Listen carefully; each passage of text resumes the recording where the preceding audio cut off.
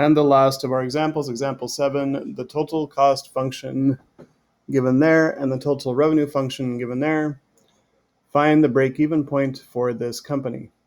And so again, breaking even is when profit is equal to 0 or when revenue is equal to cost. And so since we already have revenue and cost, it looks like I am going to need the profit function later, so I will go ahead and do the work now of doing profit equals revenue minus cost. Then I will set the profit equal to 0, which is when we break even. So let's get that set up. We will have profit is equal to 500x minus 2x squared minus, and then the parentheses, of course, 3600 plus 100x plus 2x squared. And again, you could just set those two equal to each other if you'd like to get the break-even point. I just know that I'm going to need the profit function later anyway. So I'm going to go ahead and produce it right now and use it to do the break-even. So again, revenue minus cost. So I'm going to copy and paste my revenue. I'm going to copy revenue function. I'm going to copy and paste my cost function.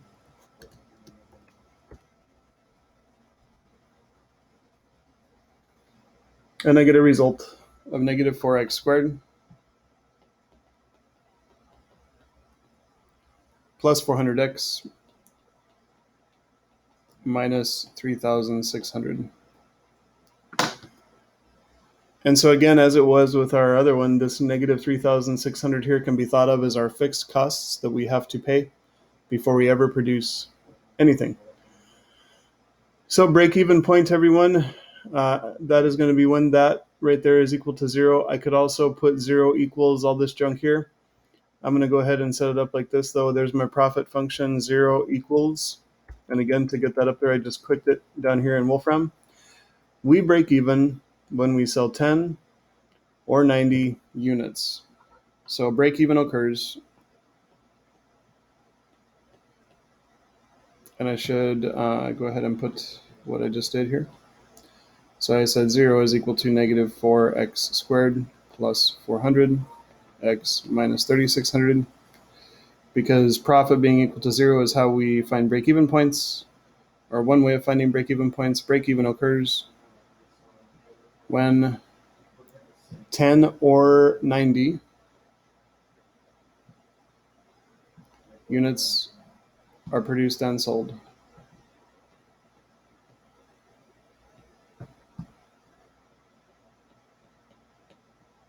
Okay, we do not want to break even though.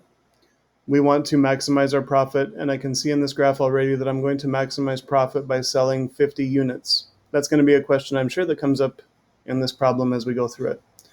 So find the number of products that will produce the maximum revenue and find the maximum revenue. Because I already have the profit function up here, I'm going to skip ahead to part C. Find the number of products that will produce the maximum profit and find the maximum profit. This is my profit function, so I'm just going to type maximize in front.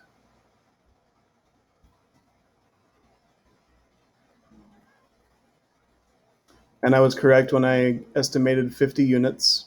It's going to be 50 units for a total profit of $6,400. So that was part A. Part B, I'll leave a little bit of room for here. We'll come back for the revenue function in a moment. Max profit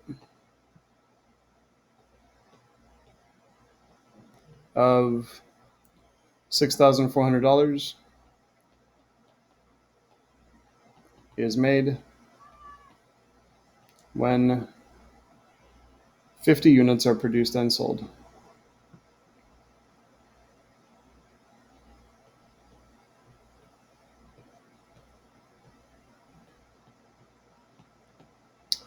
Alrighty, revenue is what's up next. I'll grab the revenue function. We're asked to maximize for part B the revenue and see how much that is.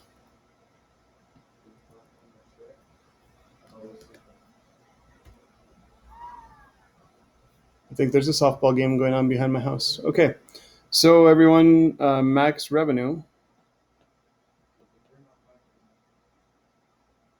of $31,250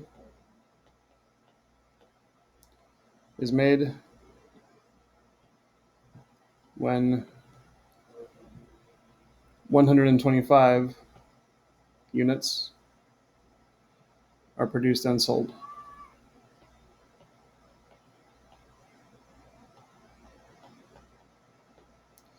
So this looks very appealing, and you're like, "Oh my gosh, man! I would really rather make 31,000 than 6,400. Of course, I care about revenue." Well, let's examine that just for a second. We're going to go off script here for a moment, everyone, and we are going to examine what would happen to the costs if we were to produce 125 units. So I'm going to put my cost function in there, and we are going to see what kind of cost we would incur to produce and sell 125 units.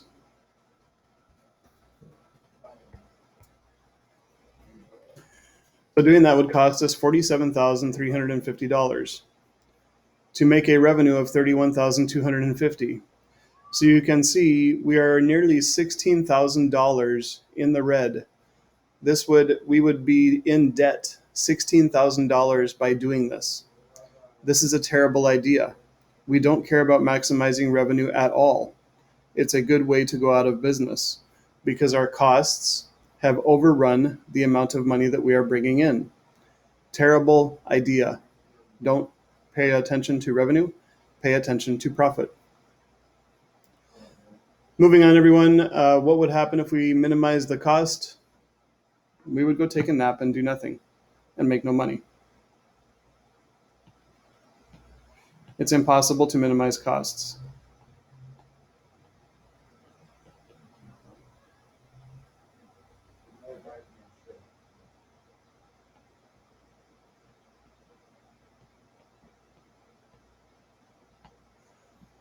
So we would take a nap and make no money if we wanted to minimize cost.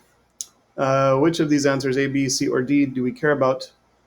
Which don't matter, and why? I think I've been pretty clear about that in my discussion so far, everyone.